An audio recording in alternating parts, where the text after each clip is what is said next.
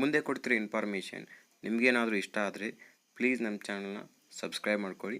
ನೀವು ಸಬ್ಸ್ಕ್ರೈಬ್ ಮಾಡ್ಕೊಳ್ಳೋದ್ರಿಂದ ನಾನು ಏನೇ ಹೊಸ ವಿಡಿಯೋಗಳನ್ನ ಹಾಕಿದರೆ ನಿಮಗೆ ನೋಟಿಫಿಕೇಷನ್ ಮೂಲಕ ಗೊತ್ತಾಗುತ್ತೆ. ಎಲ್ಲರಿಗೂ ನಮಸ್ಕಾರ. ಮತ್ತೊಮ್ಮೆ ಎಜುಕೇಷನ್ ಅಡ್ಡ ಯೂಟ್ಯೂಬ್ ಚಾನಲ್ಗೆ ಎಲ್ಲರಿಗೂ ಸ್ವಾಗತ. ಸೊ ಇವತ್ತಿನ ವಿಡಿಯೋ ಏನಂತಂದ್ರೆ, ಈಗ ಆರ್ಮಿದು ಅಗ್ನಿವೀರ್ದು ಜಿಡಿದು ಎಕ್ಸಾಮ್ ಇನ್ನೂ 12 ದಿನ ಮಾತ್ರ ಬಾಕಿ ಐತಿ. ಸೊ ಅದಕ್ಕಾಗಿ ನಿಮ್ಗೆ ಇನ್ನು ಲಾಸ್ಟ್ 10 ಡೇಸ್ನಲ್ಲಿ ಏನೇನು ಓದಬೇಕಂತ ಹೇಳಿ ಇಂಪಾರ್ಟೆಂಟ್ ಟಾಪಿಕ್ಸ್, ಅಂದರೆ ಎಲ್ಲ ಓದೋಕ್ಕೆ ಟೈಮ್ ಇರಲ್ಲ. ಸೊ ಅದರಲ್ಲಿ ಈ ಕೆಲವೊಂದನ್ನು ಓದ್ಕೊತ ಹೋದರೆ ನಿಮಗೆ ಎಕ್ಸಾಮ್ಗೆ ಕ್ವಶನ್ ಖಂಡಿತ ಇವು ಬಂದೇ ಬರ್ತಾವೆ. ಇವು ಪಿಕ್ಸ್ ಕ್ವಶನ್ ಥರನೇ ಇರ್ತಾವೆ. ಸೊ ಅಲ್ಲಿ ಏನೇನು ಓದಬೇಕಂತ ಇವತ್ತು ಹೇಳ್ಕೊಡ್ತಾ ಇದ್ದೀನಿ.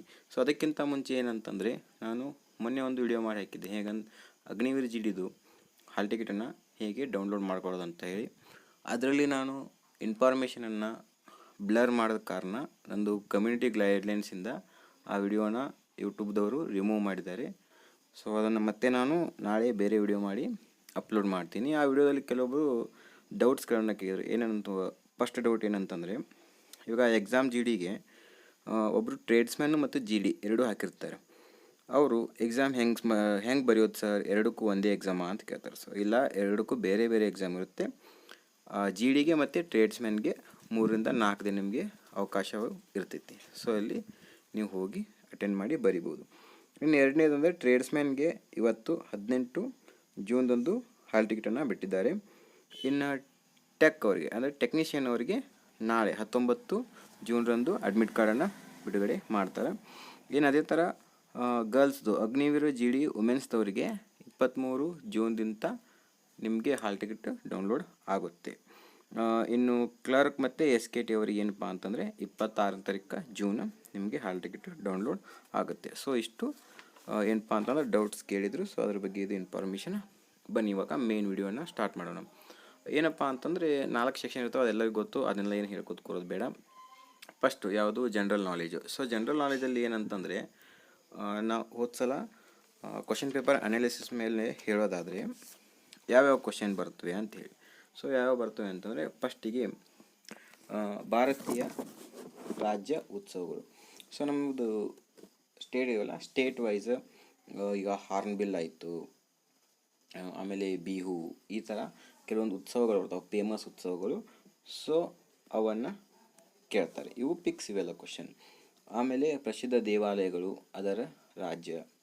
ಈಗ ಹೊರನಾಡು ಅನ್ನಪೂರ್ಣೇಶ್ವರಿ, ಆಮೇಲೆ ಕೊಲ್ಹಾಪುರ ಮಹಾಲಕ್ಷ್ಮಿ, ಅಸ್ಸಾಂನ ಮತ್ತು ಕಾಮಾಖ್ಯ ದೇವಸ್ಥಾನ, ಈ ಥರ ಎಲ್ಲ ಇರ್ತಾವಲ್ಲ. ಸೊ ಇವು ಒಂದು ಕೆಲವು ದೇವಸ್ಥಾನಗಳು ಫೇಮಸ್ ಅದಾವೆ, ಅದರದ್ದೇ ಆದ ಒಂದು ವಿಶಿಷ್ಟತೆ ಐತಿ. ಹಾಗಾಗಿ ಇವನು ಕೂಡ ಕೇಳೋ ಸಾಧ್ಯತೆ ಐತಿ. ಇನ್ನು ಅದೇ ಥರ ಪ್ರಶಸ್ತಿಗಳು ಮತ್ತು ಅದರ ಕ್ಷೇತ್ರ. ಆಮೇಲೆ ಇನ್ನು ವ್ಯಕ್ತಿಗಳಿಂದ ಪ್ರಸಿದ್ಧ ಹೇಳಿಕೆಗಳು, ಅಂದರೆ ಇವಾಗ ಬಾಲ್ ಗಂಗಾಧರ್ ತಿಲಕ್ ಅವರು ಹೇಳ್ತಾರಲ್ಲ, ಸ್ವರಾಜ ನನ್ನ ಜನಸಿದ್ಧ ಹಕ್ಕು, ಅದನ್ನು ನಾನು ಪಡೆಯುತ್ತೇನೆ. ಆಮೇಲೆ ಸುಭಾಷ್ ಚಂದ್ರ ಬೋಸ್ ಅವ್ರದ್ದು, ನನಗೆ ಒಂದು ಹನಿ ರಕ್ತ ಕೊಡಿ, ನಾನು ನಿಮಗೆ ಸ್ವಾತಂತ್ರ್ಯ ಒದಗಿಸಿ, ಈ ಥರ ಇರ್ತಾವಲ್ಲ. ಗಾಂಧೀಜಿಯವ್ರದ್ದು ಮಾಡು ಇಲ್ಲವೇ ಮಡಿ, ಈ ಥರ ಕೆಲವು ಹೇಳಿಕೆಗಳು ಬರ್ತಾವೆ. ಸೊ ಅವುಗಳನ್ನು ನಾವು ನೋಡ್ಕೋಬೇಕಾಗುತ್ತೆ. ಆಮೇಲೆ ಪ್ರಸಿದ್ಧ ಜೀವನ ಚರಿತ್ರೆಗಳು, ಆಮೇಲೆ ಪುಸ್ತಕದ ಲೇಖಕ. ಈಗ ರಾಮಾಯಣ ಯಾರು ಬರ್ದಾರು, ಮಹಾಭಾರತ ಯಾರು ಬರ್ದಾರು, ಆಮೇಲೆ the truth of my life, the race of my life, ಈ ಥರ ಬರ್ತಾವಲ್ಲ, ಅವೆಲ್ಲ ಪುಸ್ತಕಗಳನ್ನ ನೀವು ಸ್ವಲ್ಪ ನೋಡ್ಕೋಬೇಕು. ಆಮೇಲೆ ಇತಿಹಾಸದ ಪ್ರಮುಖ ಯುದ್ಧಗಳು ಬರ್ತಾವೆ. ಯಾವ್ಯಾವು?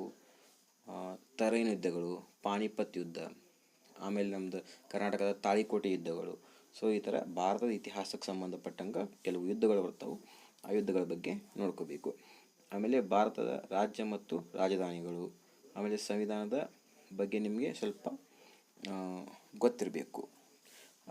ಯಾವ ಥರ ಅಂತಂದರೆ, ರಾಷ್ಟ್ರಪತಿಗಳನ್ನ ಯಾರು ನೇಮಕ ಮಾಡ್ತಾರೆ, ರಾಜ್ಯಪಾಲರನ್ನ ಯಾರು ನೇಮಕ ಮಾಡ್ತಾರೆ, ರಾಷ್ಟ್ರಪತಿ ಆಗ್ಬೇಕಾದ್ರೆ ಏಜ್ ಎಷ್ಟು, ಉಪರಾಷ್ಟ್ರಪತಿ ಆಗ್ಬೇಕಾದ್ರೆ ಏಜ್ ಎಷ್ಟು, ಈ ಥರ ನೀವು ನೋಡ್ಕೋಬೇಕಾಗುತ್ತೆ. ಇದನ್ನೆಲ್ಲ ನಾನು ನಿಮಗೆ PDF ಮಾಡಿ ಕೊಡ್ತೀನಿ, ಅದರೊಳಗೆ ಓದ್ಕೊಂಡ್ರೆ ಸಾಕು, ನಿಮಗೆ ಆರಾಮ ನೀವು ಬರೀತೀರಿ.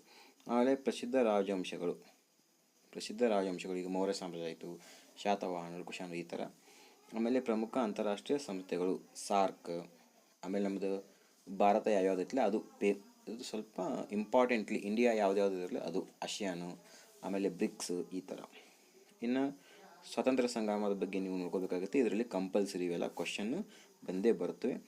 ಆಮೇಲೆ 2011 ಜನಗಣತಿ ಅಂದರೆ ಕ್ಷೇತ್ರವಾರು ದೊಡ್ಡ ರಾಜ್ಯ, ಸಣ್ಣ ರಾಜ್ಯ, ಜನಸಂಖ್ಯೆ ಆಧಾರದ ಮೇಲೆ ಅತಿ ಹೆಚ್ಚು ಲಿಟ್ರೇಚರ್ ಎಲ್ಲೈತಿ, ಆಮೇಲೆ ಲಿಂಗಾನುಪಾತ, ಸೊ ಇವೆಲ್ಲ ಕೂಡ ಕೇಳ್ತಾರೆ. ಆಮೇಲೆ ಕ್ರೀಡೆ ಮತ್ತು ಪ್ರಸಿದ್ಧ ವ್ಯಕ್ತಿಗಳು, ಈಗ ಫುಟ್ಬಾಲ್ ಅಂತ ಬಂದರೆ ಪಿಲೆ ಬರ್ತಾರೆ, ಹಾಕಿ ಅಂತ ಬಂದರೆ ಧ್ಯಾನ್ ಚಂದ್ರ ಅವರು, ಕ್ರಿಕೆಟ್ ಅಂತ ಬಂದರೆ ಕೊಹ್ಲಿ ಅವರು, ಈ ಥರ ಎಲ್ಲ ಇರುತ್ತೆ. ಸೊ ಅದನ್ನು ಕೂಡ ಕ್ರೀಡೆ ಮತ್ತು ಪ್ರಸಿದ್ಧ ವ್ಯಕ್ತಿಗಳನ್ನ ನೋಡ್ಕೊಳ್ಳಿ. ಅದೇ ಥರ ಇತರೆ ದೇಶದ ರಾಜಧಾನಿಗಳು. ಸೊ ನಮ್ಮ ಸುತ್ತಮುತ್ತ ನಮ್ಮ ನೆರೆಯ ದೇಶಗಳು ಬರ್ತಲ್ಲ, ಆ ನೆರೆಯ ದೇಶಗಳ ರಾಜಧಾನಿಗಳು. ಆಮೇಲೆ ಪ್ರಮುಖ ವಿಧಿಗಳು ಬರ್ತಾವೆ, ವಿಧಿಗಳು ಮತ್ತು ತಿದ್ದುಪಡಿಗಳು. ಪ್ರಮುಖ ವಿಧಿಗಳು ಯಾವಂದ್ರು, ಈಗ 17ನೇ ವಿಧಿ ಬರ್ತೈತಿ, 21ನೇ ವಿಧಿ ಬರ್ತೈತಿ, 21A ವಿಧಿ ಬರ್ತೈತಿ. ಆಮೇಲೆ ತಿದ್ದುಪಡಿ ಒಳಗೆ ಬಂದರೆ 42ನೇ ತಿದ್ದುಪಡಿ, ಫೇಮಸ್ 42ನೇ ಮಿನಿ ಸಂವಿಧಾನ ಅಂತ ಹೇಳಿ ಕರೀತಾರೆ. ಈ ಥರ ಎಲ್ಲ ತಿದ್ದುಪಡಿಗಳು ಬರ್ತಾವೆ. ಅದ್ರ ಬಗ್ಗೆನೂ ಕೂಡ ನಿಮಗೆ ಏನಂತಂದರೆ ಈ ತಿದ್ದುಪಡಿಗಳು ಮತ್ತು ವಿಧಿಗಳ ಬಗ್ಗೆ ಗೊತ್ತಿರಬೇಕು. ಇನ್ನು ಕರೆಂಟ್ ಅಫೇರ್ಸ್ ನೀವು ಜಾಸ್ತಿ ಏನು ನೋಡ್ಬೇಕಂದ್ರೆ ಸ್ಪೋರ್ಟ್ಸ್ ರಿಲೇಟೆಡ್ ನೋಡಿರಿ. ಇತ್ತೀಚೆಗೆ ಏನು ನಡೆದು IPL ನಡೀತು, ಆಮೇಲೆ T20 ವರ್ಲ್ಡ್ ಕಪ್ ಆಯಿತು, ಚಾಂಪಿಯನ್ಸ್ ಟ್ರೋಫಿ, ಈ ಥರ ಆಗ್ಯಾವಲ್ಲ, ಇದ್ರ ಬಗ್ಗೆ ಕೂಡ ನೀವು ನೋಡ್ಕೋಬೇಕಾಗುತ್ತೆ. ಸೊ ಕರೆಂಟ್ ಅಫೇರ್ಸ್ ಒಂದು 6 ತಿಂಗಳದ್ದು, ಅಷ್ಟೊಂದು ಡೀಪ್ ಆಗಬೇಡ, ಮೇಲ್ಗಡೆ ನಿಮಗೆ ಗೊತ್ತಿದ್ರೆ ಸಾಕು. ಸೊ ಇದೇನಂತಂದರೆ ಇಷ್ಟು ಜನರಲ್ ನಾಲೆಜ್ದು.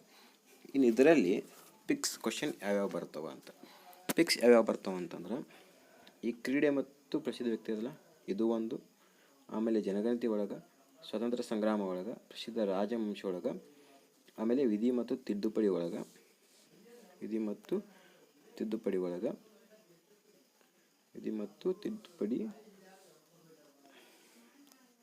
ಅದೇ ಥರ ಈ ಉತ್ಸವ, ಈ ದೇವಾಲಯ, ಆಮೇಲೆ ಇತಿಹಾಸದ ಪ್ರಮುಖ ಯುದ್ಧಗಳು, ರಾಜ್ಯದ ರಾಜಧಾನಿ ಒಳಗೆ ಒಂದು ಪಿಕ್ಸ್ ಬಂದೇ ಬರುತ್ತೆ. ಮತ್ತು ಸಂವಿಧಾನದ ಇದೇನು ಹೇಳಿದ್ನಲ್ಲ ರಾಷ್ಟ್ರಪತಿ ಉಪರಾಷ್ಟ್ರಪತಿ ಬಗ್ಗೆ, ಅವು ಕೂಡ ಬಂದೇ ಬರ್ತಾವೆ.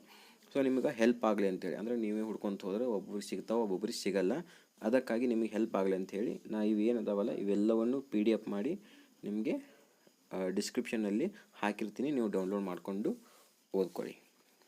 ಅದೇ ಥರ ಜನರಲ್ ಸೈನ್ಸ್ದು ನಾನು ಇದರೊಳಗೆ ಹಾಕಿಲ್ಲ. ಯಾಕೆ ಜನರಲ್ ಸೈನ್ಸ್ದು ವಿಡಿಯೋ ಹಾಕಿಲ್ಲ ಅಂತಂದರೆ, ಸೊ ನನ್ನ ಹತ್ರನೇ ಒಂದು PDF ಇದೆ. ಸೊ ಪೂರ್ತಿ ಅಂದರೆ ಸೈನ್ಸ್ದು 3 ಸೆಕ್ಷನ್ ಬರ್ತಾವಲ್ಲ, ಫಿಸಿಕ್ಸು, ಬಯಾಲಜಿ ಮತ್ತು ಕೆಮಿಸ್ಟ್ರಿದು, ಆ 3 ಥರದ್ದು ಸೇರಿ ಒಂದು 70 ರಿಂದ 80 ಪೇಜಿದ್ದೊಂದು PDF ಇದೆ. ಅದರಲ್ಲಿ ಎಲ್ಲ ಕ್ವಶನ್ಸ್ ಇವೆ. ಅವನ್ನ ಬಿಟ್ಟು ಬೇರೆ ಯಾವ ಕ್ವಶನ್ ಬರೋದಿಲ್ಲ. ನೀವು ಅದನ್ನು ಕರೆಕ್ಟಾಗಿ ಓದಿದ್ರೆ ನೀವು ನಿಯರ್ಲಿ ಔಟ್ ಆಫ್ 15ಗೆ ಔಟ್ ಆಫ್ 13 ಅಂತೂ ಈಸಿಯಾಗಿ ಮಾಡ್ಬೋದು, ಆ ಥರ ಇದೆ. ಸೊ ರೀಸನಿಂಗ್ ಏನಿದೆ 5 ಕ್ವಶನ್ ಇರುತ್ತೆ, ಅವು ಈಸಿನೇ ಇರುತ್ತೆ. ಅದೇ ಬ್ಲಡ್ ರಿಲೇಷನ್ನು, ಆಮೇಲೆ ನಂಬರ್ ಸೀರೀಸ್, ಆಲ್ಫಾಬೆಟಿಕ್ ಸೀರೀಸ್ ಇರುತ್ತೆ, ಅವು ಈಸಿ ಇರುತ್ತೆ, ನೀವು ಯಾರಾದರೂ ಕೂಡ ಮಾಡ್ತೀರ. ಇನ್ನು ನೆಕ್ಸ್ಟ್ ಬಂದುಬಿಟ್ಟು ಯಾವುದು ಅಂತಂದರೆ ಮ್ಯಾಥಮೆಟಿಕ್ಸಲ್ಲಿ ಏನಂತಂದರೆ ಮೆನ್ಸುರೇಷನ್ ಅದ್ರ ಬಗ್ಗೆ ಗೊತ್ತಿರಲ್ಲ. ಮೆನ್ಸುರೇಷನ್ ಅಂತಂದರೆ ಈ ಆಯತದ ವಿಸ್ತೀರ್ಣ ಕಂಡುಹಿಡಿಯುವುದು, ಆಮೇಲೆ ಚೌಕದ ವಿಸ್ತೀರ್ಣ, ಅದರ ಸುತ್ತಳತೆ, ಈ ಥರ ಎಲ್ಲ ಬರ್ತಾವಲ್ಲ, ಅದನ್ನೇ ಮೆನ್ಸುರೇಷನ್ ಅಂತ ಕರೀತಾರೆ. ಸೊ ಇದನ್ನು ಏನಂತಂದರೆ ನಾನು ಈ ಫಾರ್ಮುಲಾವನ್ನು, ಇದೇನು ಮೆನ್ಸುರೇಷನ್ ಐತಲ್ಲ ಇದ್ರದ್ದು ಫಾರ್ಮುಲಾವನ್ನು ನಾನು ನಿಮಗೆ PDF ಮುಖಾಂತರ ಇದನ್ನು ಕೂಡ ಪ್ರೊವೈಡನ್ನು ಮಾಡ್ತೀನಿ. ಇನ್ನು ನಂಬರ್ ಸಿಸ್ಟಮನ್ನು ನೋಡ್ಕೊಳ್ಳಿ. ಆಮೇಲೆ time and work, LCM and HCM, successive ಡಿಸ್ಕೌಂಟನ್ನು ಹೆಂಗೆ ಹಿಡಿಯೋದು. ಅಂದರೆ ಇವಾಗ ನಿಮಗೆ ಒಂದೇನೋ 1,000 ರೂಪಾಯಿದು ಇದನ್ನ ಇರ್ತಂದರೆ ಫಸ್ಟಿಗೆ 30 ಕೊಡ್ತಾರೆ, ಆಮೇಲೆ 20 ಕೊಡ್ತಾರೆ, ಫಸ್ಟಿಗೆ 30 ಆಮೇಲೆ 20 ಕೊಡ್ತಾರೆ.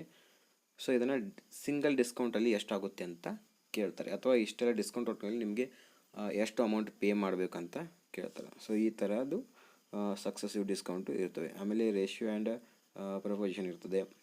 ಆಮೇಲೆ ಎವರೇಜು, ಇವಾಗ ಒಂದು 5 ಸಂಖ್ಯೆಗಳನ್ನ ಕೊಡ್ತಾರೆ, ಸೊ ಅದರದ್ದು ಎವರೇಜ್ ಎಷ್ಟು ಅಂತ ಕೇಳ್ತಾರೆ. ಸಿಂಪಲ್, ಆಮೇಲೆ ಕಾಂಪೌಂಡ್ ಇಂಟ್ರೆಸ್ಟ್. ನಾನು ನೋಡೋ ಪ್ರಕಾರ ಏನಂದರೆ ಕಾಂಪೌಂಡ್ ಇಂಟ್ರೆಸ್ಟ್ಗಿನ್ನ ಸಿಂಪಲ್ ಇಂಟ್ರೆಸ್ಟ್ ಕೊಟ್ಟಿರ್ತಾರೆ. ಸೊ ಅಷ್ಟೇನು ತಪ್ಪಿರಲ್ಲ, ಈಸಿಯಾಗಿರ್ತವೆ. ಆಮೇಲೆ ಕ್ಯೂಬ್ ಮತ್ತು ರೂಟು. ಸೊ ಇದರಲ್ಲಿ ಇಂಪಾರ್ಟೆಂಟ್ ಏನಂತಂದರೆ ಕ್ಯೂಬ್ ಮತ್ತು ರೂಟು, ಇದನ್ನು ನೀವು ನೋಡಲೇಬೇಕು. ಯಾಕಂದರೆ ಇದ್ರಾಗ ಪಿಕ್ಸ್ ಕ್ವಶನ್, ಇದರಲ್ಲಿ ಅವ್ರಿಗೆ ಬಿಡೋದೇ ಇಲ್ಲ, ಒಂಥರ ಕ್ವಶನ್ ಇದ್ದೇ ಇರ್ತೈತಿ. ಸೊ ಅದು ಯಾವ ಥರ ಕೇಳ್ತಾರೆ ಅಂತಂದರೆ 3 ಡಿಜಿಟು ಕೇಳ್ತಾರೆ. ಇವಾಗ 250, 260 ಈ ಥರ ಕೇಳ್ತಾರೆ. ನೀವು ಅದನ್ನ ಸ್ವಲ್ಪ ನೋಡಿಕೊಂಡು ಹೋಗಿ. ಇನ್ನು ಆಮೇಲೆ profit and loss, time and distance. So ಇವು ಮೋಸ್ಟು ಇಂಪಾರ್ಟೆಂಟ್ ಟಾಪಿಕ್ಸು. ನಾನೊಂದು 10-15 ಕ್ವಶನ್ ಪೇಪರ್ ನೋಡಿದಾಗ ಸೊ ಇಷ್ಟು ಇಂಪಾರ್ಟೆಂಟ್ ರಿಪೀಟೆಡ್ ಕ್ವಶನ್ಸ್ ಇವು ಇರ್ತವೆ. ನಾ ಇದ್ರದ್ದು ಕೂಡ ಎಷ್ಟು ಸಾಧ್ಯ ಆಗ್ತದೋ ಅಷ್ಟು ಫಾರ್ಮುಲಾವನ್ನು ನಾನು PDF ಮಾಡಿ ನಿಮಗೆ ಹಾಕ್ತೀನಿ. ಸೊ ಅದ್ರ ಬೇಸ್ ಮೇಲೆ ಏನಂತಂದರೆ ನಿಮಗೆ ಟೈಮ್ ಕೂಡ ಉಳಿತದೆ. ಸೊ ಏನಂತಾರೆ, ಇದು ಇವತ್ತಿನದು ವಿಡಿಯೋದಾಗಿತ್ತು. ಎಲ್ರಿಗೂ ಇಷ್ಟ ಆದರೆ ಲೈಕ್ ಮಾಡಿ, ಶೇರ್ ಮಾಡಿ, ಹಾಗೆ ನಿಮಗೇನಾದರೂ ಅನಿಸಿಕೆ ಹೇಳಿದರೆ ಕಮೆಂಟ್ ಮಾಡಿ, ಸಬ್ಸ್ಕ್ರೈಬ್ ಮಾಡೋದನ್ನು ಮರಿಬೇಡಿ. ಎಲ್ರಿಗೂ ನಮಸ್ಕಾರ.